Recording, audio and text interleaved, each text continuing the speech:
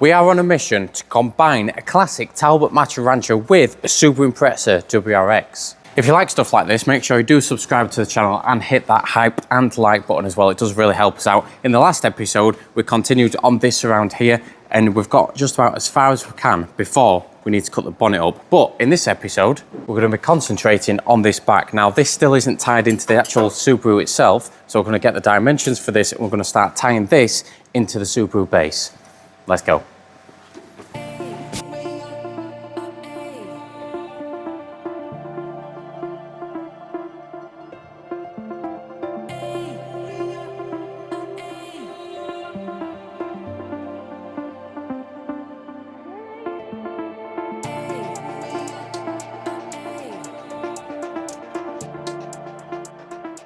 The situation is, we've got this bathtub in the back. Now, this is actually a footwell for the rear passengers because there's actually two rear-facing seats that go here. We have covered that in a previous video as well. So what we need to do is I need to tie all of this into the structural floor pan of the Subaru. But I do need to take into consideration the width of it. Now, obviously, the Subaru is wider than the Rancho, but I can take the measurements from here and here, from the Rancho base, which is actually just behind me here, and we can start tying that in. But one thing I do also need to take into consideration is the height. So whether this goes up here or down here, and I can take that from the door. So every time I lift this, it closes the gap at the top of the door. So I will show you that in just a second, but I need to somehow figure out how to tie this into this really nice and structurally, and obviously make the back door fit.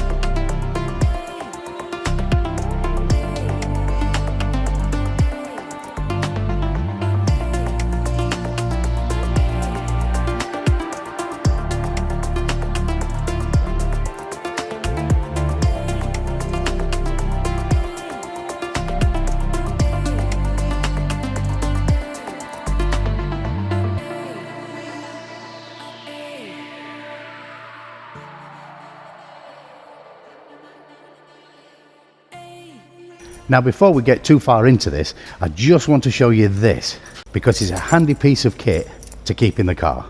This is the Carly scanner. What I like about it is how quick and simple it is to use. You just plug it into the OBD port, open up the app, and it connects up really quickly without any messing about. From there, you can run a full health check on your car straight from your phone, which lets you see what's going on electronically without lots of bulky equipment. Just like this one, it's thrown up 4 issues. Now, I can clear those codes and check again, make sure if they're stored codes from previously or codes that actually need repairing. And as we can see, they're all good. The bonus to this equipment is the code inside.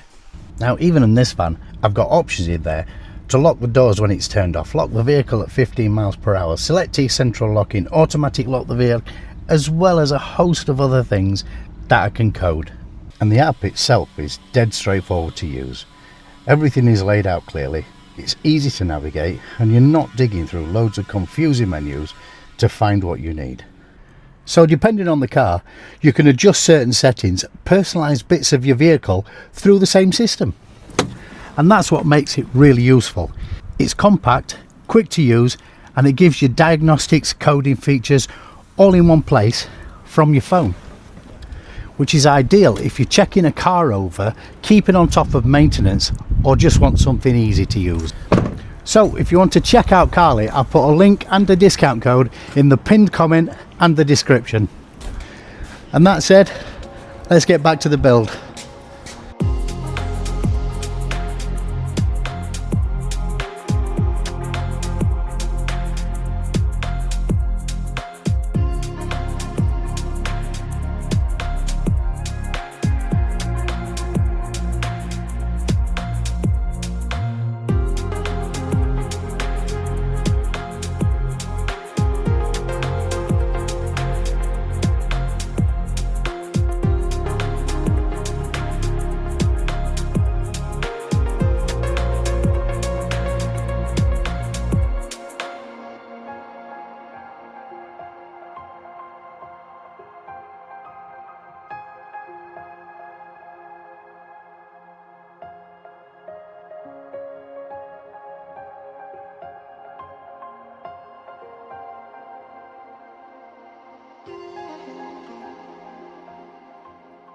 Right, this is what we're looking at now.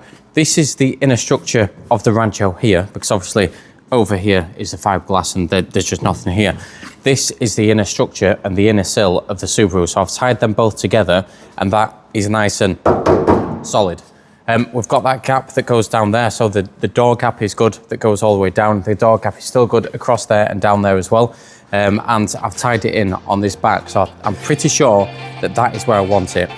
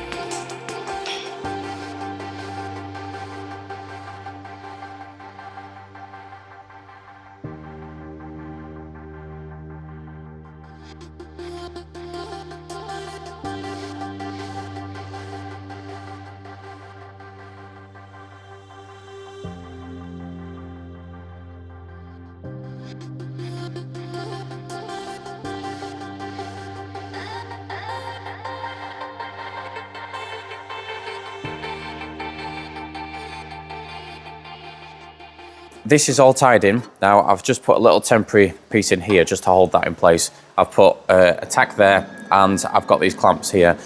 This is spot welded across here, but I'm happy with where this is. This does need to rotate inwards just like the other side as well, but I'm happy with where that's sat.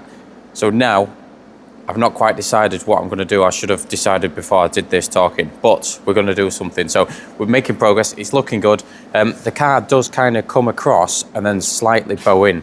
The reason for that is because obviously the bottom of the doors are wider to accommodate for the sills on the Subaru, and this needs to be the same size as the Rancho to make sure the back door fits. But also the fiberglass that goes over, we can't really stretch much of the back because it's quite thick and it goes around here and it's got a lot of structure in there. Whereas here, we can stretch it because it doesn't have really much structure there. So that's that. I'm going to decide what I'm going to do and then I'm going to do it.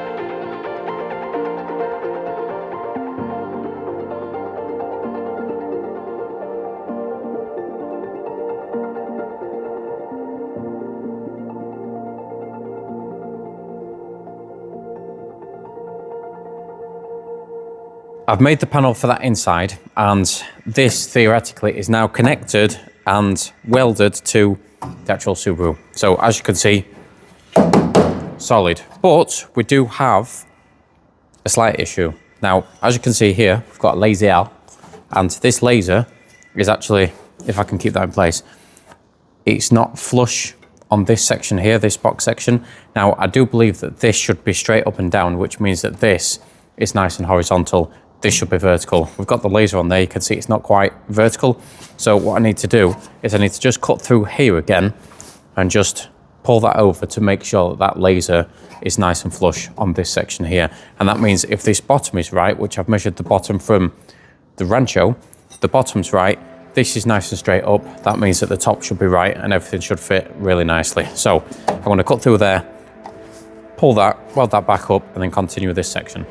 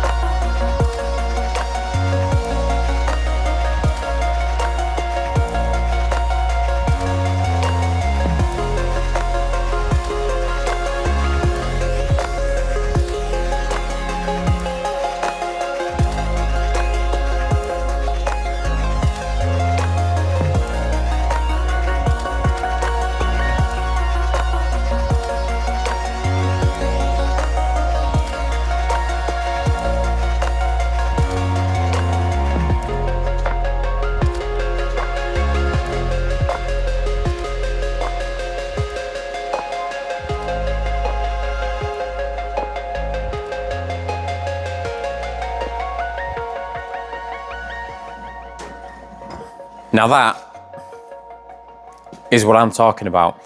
That is all tied in. Now this section here, I've only tacked it on for now because the back door, I might need to put some captive bolts in there just to make the back door work, but I've tacked that on for now. It's nice and shaped up and everything, so that's good to go. I'll primed on the inside as well. But yeah, just in case I do need to take that back off to get any captive bolts in there, that's why I've just done that. Always thinking ahead. So that's this side just about tied in. I've just got this bottom to do here. This side is absolutely solid, and that's all sorted. So that's going to be it for this video. Do check us out in the next video. Do get us on Instagram and Facebook and all that good stuff. Do like and subscribe and hype the video. It does really help us out. And we'll catch you in the next episode of the SubaRancho that's making tons of progress.